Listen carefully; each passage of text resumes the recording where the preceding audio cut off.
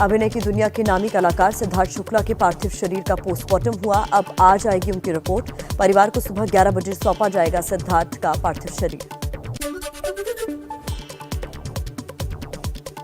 मुंबई के कूपर अस्पताल में ही मौजूद अभी सिद्धार्थ शुक्ला का पार्थिव शरीर परिवार को सौंपे जाने के बाद आज सिद्धार्थ का अंतिम संस्कार किया जाएगा।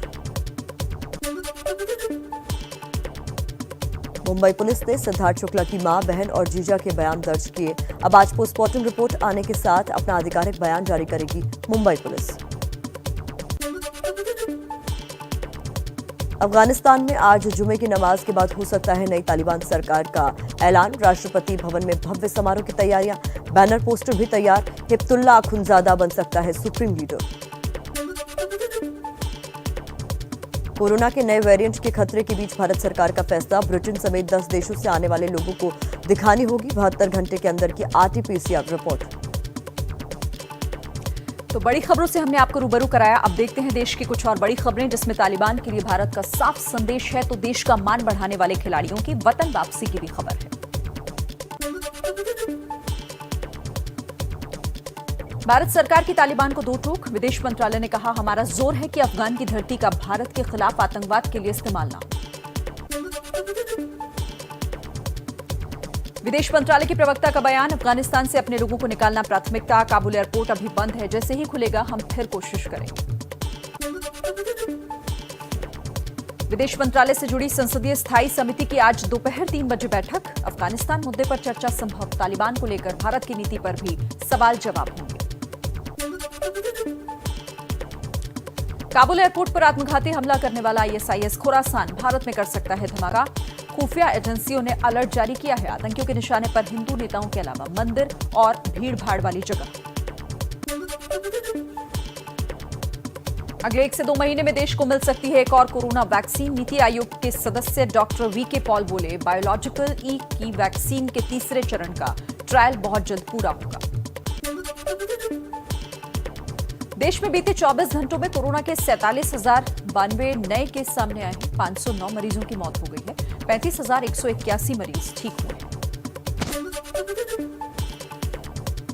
सुप्रीम कोर्ट ने वेब पोर्टल, यूट्यूब चैनल और सोशल मीडिया में चलने वाली फर्जी खबरों पर चिंता जाहिर की। चीफ जस्टिस ने कहा, नियंत्रण नहीं होने की वजह से संस्थाओं को बदनाम करने वाली खबरें चलती।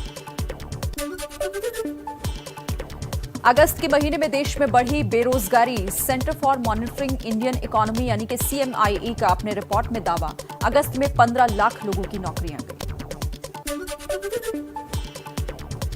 टोक्यो पैरालंपिक में रिकॉर्ड तोड़ प्रदर्शन करने वाले खिलाड़ी देर रात भारत लौटे। खिलाड़ियों के भव्य स्वागत के लिए दिल्ली एयरपोर्ट पर पहुंचा लोगों का हुजूम। ढोल नगाड़ों के साथ खिलाड़ियों का भव्य स्वागत हुआ। चलिए अब देश के सबसे बड़े प्रदेश यूपी लिए चलते हैं आपको, जहां गाय पर राजनीति गर्मा रही है, तो चुनाव से जुड़ी भी ताजा खबरें। गाय को राष्ट्रीय पशु का दर्जा देने के इलाहाबाद हाईकोर्ट के सुझाव का यूपी के संतों और उत्तर प्रदेश गौ सेवा आयोग ने स्वागत किया। कहा, संसद में जल्द बिल लाए केंद्र सरकार। एसपी सांसद डॉक्टर शफीकुर रहमान बर्क का विवाद बढ़ाने वाला बयान। कहा, गाय का मसला कुछ लोगों का, ये कोई राष्ट्रीय मुद्दा नहीं। कोर्ट की टिप्पणी से फर्क नहीं पड़ता। चुनावों को लेकर बीजेपी करेगी प्रबुद्ध सम्मेलन। 5 सितंबर को वाराणसी में सीएम योगी प्रबुद्ध वर्ग को संबोधित करेंगे।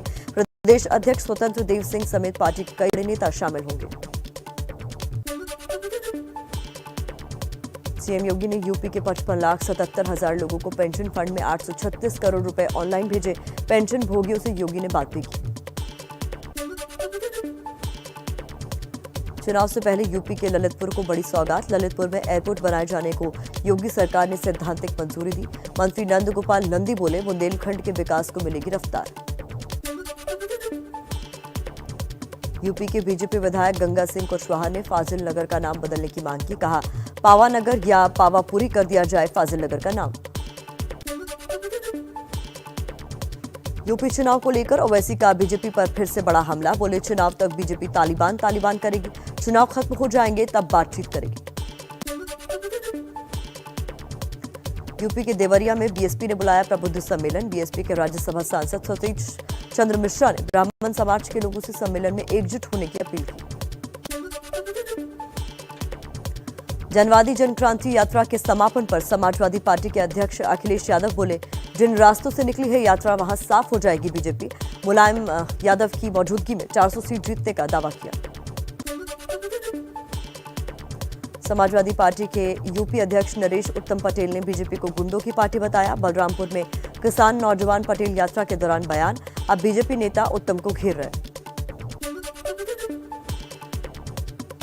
जयप्रदा पर विवादित टिप्पणी करने वाले एसपी सांसद एसटी हसन की आवाज को पुलिस ने नमूना लिया। मामले में आजम खान और एसटी हसन समेत 5 लोगों के खिलाफ मुकदमा दर्ज है।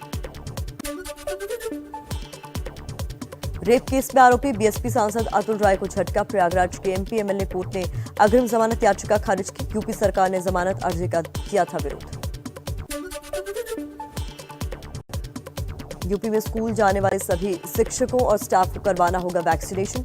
सरकार के आदेश के बाद बेसिक शिक्षा निदेशक ने सभी बीएसए को दिशा निर्देश जारी किए। रहस्यमय बीमारी से जूझती यूपी के फिरोजाबाद को लेकर सीएम योगी का एक्शन। सीएमओ नीता कुलश्रेष्ठ हटाई गई। जिले में अब तक 41 लोगों की रहस्यमय बीमारी से मौत हो चुकी है। फिरोजाबाद के बाद मथुरा में 15 दिनों में 14 बच्चों की रहस्यमय मौत। प्रशासन मौत के पीछे की वजह जानने में जुटा हुआ है।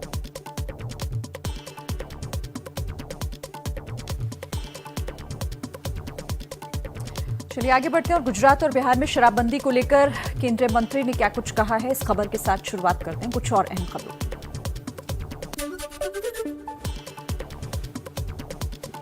तो गुजरात और बिहार में शराबबंदी को लेकर केंद्रीय मंत्री कौशल किशोर का बड़ा कबूलनामा। एबीपी न्यूज से बोले, शराबबंदी वाले इन दोनों राज्यों में ब्लैक में धड़ल्ले से मिलती है शराब।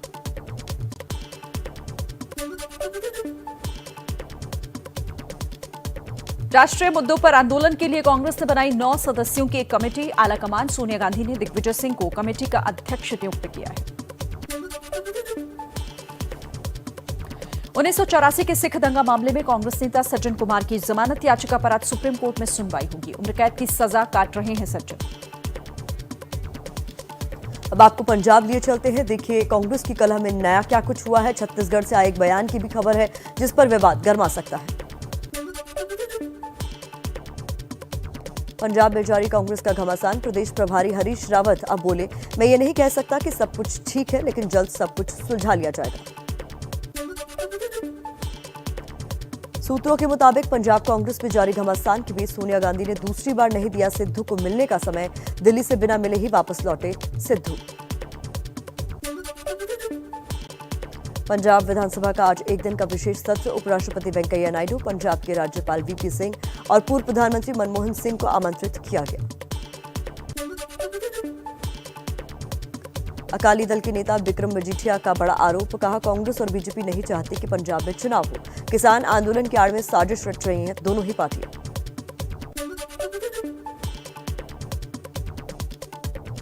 छत्तीसगढ़ की बीजेपी प्रभारी डी पुरंदेश्वरी का विवादित बयान। कहा, बीजेपी थूक देगी तो भूपेश बघेल सरकार बह जाएगी। कांग्रेस ने बयान की निंदा की।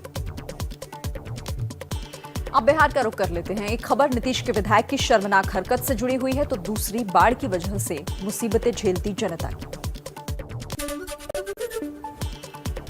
बिहार में दरभंगा समस्तीपुर रेलखंड पर ट्रेनों की आवाजाही बंद होने से लोग परेशान होते हुए दिखाई दिए। जिला मुख्यालय पहुंचने के लिए 7 के बजाय 30 किलोमीटर की दूरी तय करने को मजबूर हुई जनता।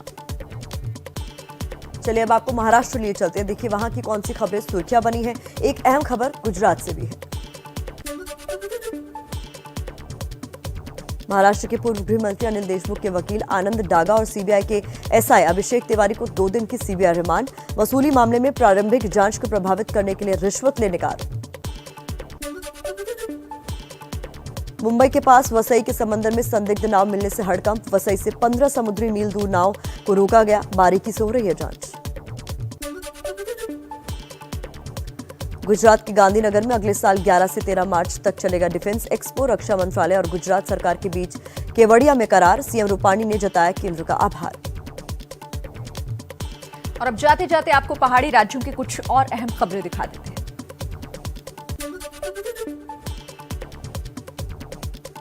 उत्तराखंड के पिथौरागढ़ जिले के मिलम में खराब मौसम की वजह से फंसे 4 लोगों का आईटीबीपी जवानों ने रेस्क्यू किया। भारी बारिश और लैंडस्लाइड की वजह से प्रदेश में कई जगहों पर रास्ते बंद हैं। देहरादून के गुच्छुपानी पिकनिक स्पॉट पर पहुंचे कुछ लोग नदी का जलस्तर बढ़ने से फंसे, जिन्हें एसडीआरएफ की टीम ने पहुंचकर बचाया। हिमाचल में शिमला के देवनगर में तेज बारिश के बीच पहाड़ से गिरे पत्थर और मलबा, कई कारें इसकी चपेट में आई, लोग बाल बाल बचे।